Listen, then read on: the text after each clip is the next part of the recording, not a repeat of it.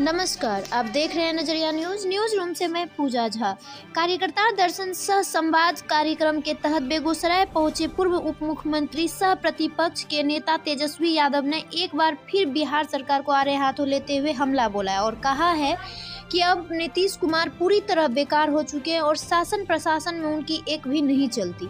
यही वजह है कि विधानसभा हो या विधान परिषद, दोनों में ही नीतीश कुमार ने कुछ भी संवाद नहीं किया। साथ ही साथ उन्होंने कहा कि यदि उनकी सरकार बनती है तो सामाजिक सुरक्षा पेंशन योजना को 400 से बढ़ाकर 1500 करेंगी तथा बिहार में 200 यूनिट तक फ्री बिजली मुहैया कराएगी। इतना ही नहीं, विपक्ष में रहते हुए भी बिहार वासियों के लिए 200 यूनिट तक बिजली फ्री करने के लिए लगातार रजत संघर्ष करती रहेगी। वहीं उन्होंने स्थानीय सांसद गिरिराज सिंह पर भी करारा प्रहार करते हुए कहा है कि वह जिस विभाग के मंत्री हैं, आज तक बेगूसराय में इसके लिए किसी भी तरह का डेवलपमेंट नहीं हुआ। वह सिर्फ अनाप शनाप और समाज को तोड़ने वाले बयान देकर सिर्फ मीडिया में बने रहना चाहते हैं। शिक्षकों के मुद्दे पर भी उन्होंने खुलकर बात की और कहा कि लगातार विधानसभा में प्रश्न उठाए जा रहे हैं और मात्र 17 महीने की सरकार में एक तरफ जहां 5 लाख नौकरियां बांटी गई तो दूसरी तरफ नियोजित शिक्षकों को नियमित भी किया गया। आगे भी शिक्षकों के लिए राजद संघर्षरत रहेगी और उन्हें उनका अधिकार दिलाकर रहेंगी। असम के मुख्यमंत्री हेमंत बिस्व शर्मा के द्वारा सार्वजनिक स्थलों पर व्हिप बंद करने के सवाल पर उन्होंने कहा कि मणिपुर के संबंध में उन्हें कुछ दिखाई नहीं देता और मणिपुर के मुद्दे पर चुप है, लेकिन असम में व्हिप बंद हो रहा है। आइए आपको दिखाते हैं कि नेता प्रतिपक्ष तेजस्वी यादव ने प्रेस कॉन्फ्रेंस के दौरान क्या कहा। और उसी के तहत जो है पूरे बिहार में ये कार्यक्रम हम लोगों का चल रहा है, जो तीसरा फेज में हम लोग यहाँ बेगूसराय पहुँचे।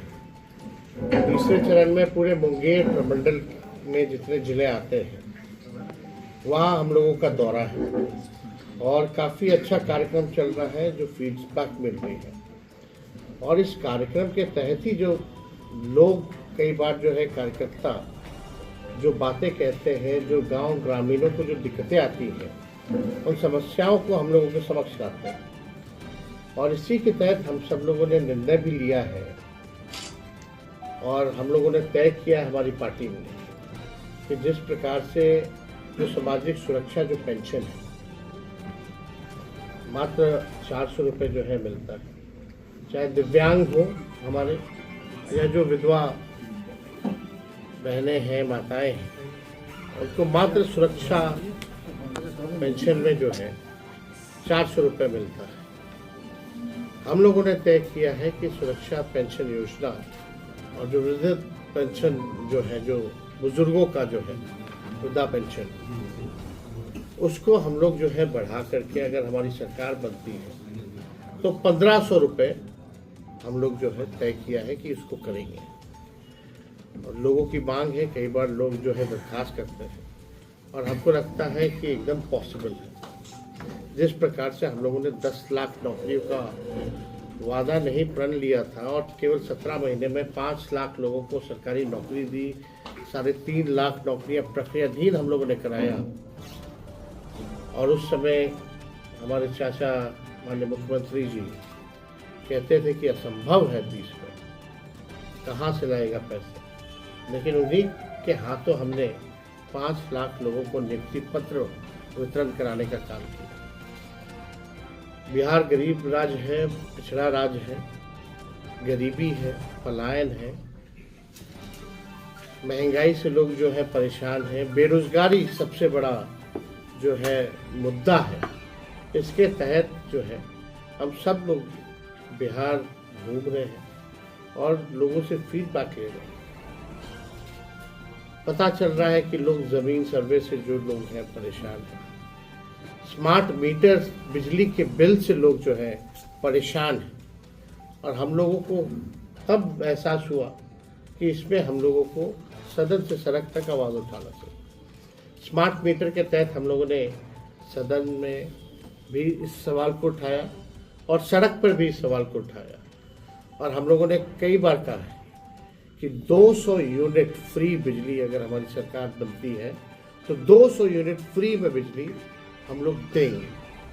और यही नहीं करेंगे, अभी हम लोगों की कोशिश भी होगी कि अभी जो मौजूदा सरकार है उससे भी 200 फ्री यूनिट बिजली जो है हम लोग दिलवाने का काम करें। और मुझे लगता है कि इसमें हम विपक्ष मजबूर करेगा सरकार को कि किसी भी हालत में 200 यूनिट फ्री बिजली लोगों को मिले और स्मार्ट मीटर से भी जो परेशानी जो लोगों को हो रही है इस समस्या का हल हो।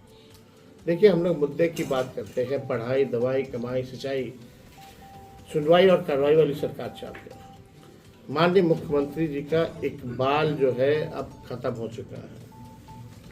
अब माननीय मुख्यमंत्री बिहार नहीं चला पा रहे हैं, थके हुए हैं। कुछ चंद अधिकारी हैं, कुछ चंद उनके आसपास जो लोग हैं, उनका चेहरे का केवल इस्तेमाल कर रहे हैं। भाषण देने से भी मना कर दिया गया।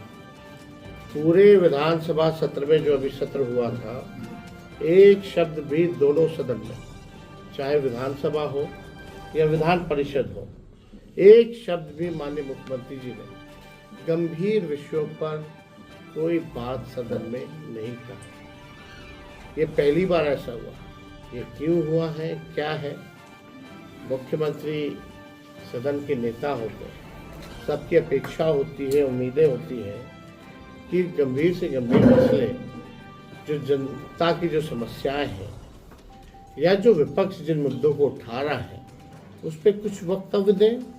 लेकिन माननीय मुख्यमंत्री जी हर एक इशू पर उन्होंने चुप्पी साधी हुई है। बेगूसराय में यात्रा कर रहे हैं, संसदीय क्षेत्र है विरासत का, वो हिंदुओं को ये करने के लिए यात्रा भी निकालते हैं, आप उनके क्षेत्र में यात्रा कर रहे हैं। टेक्सटाइल इंडस्ट्री कितना टेक्सटाइल पार्क दिए हैं क्या?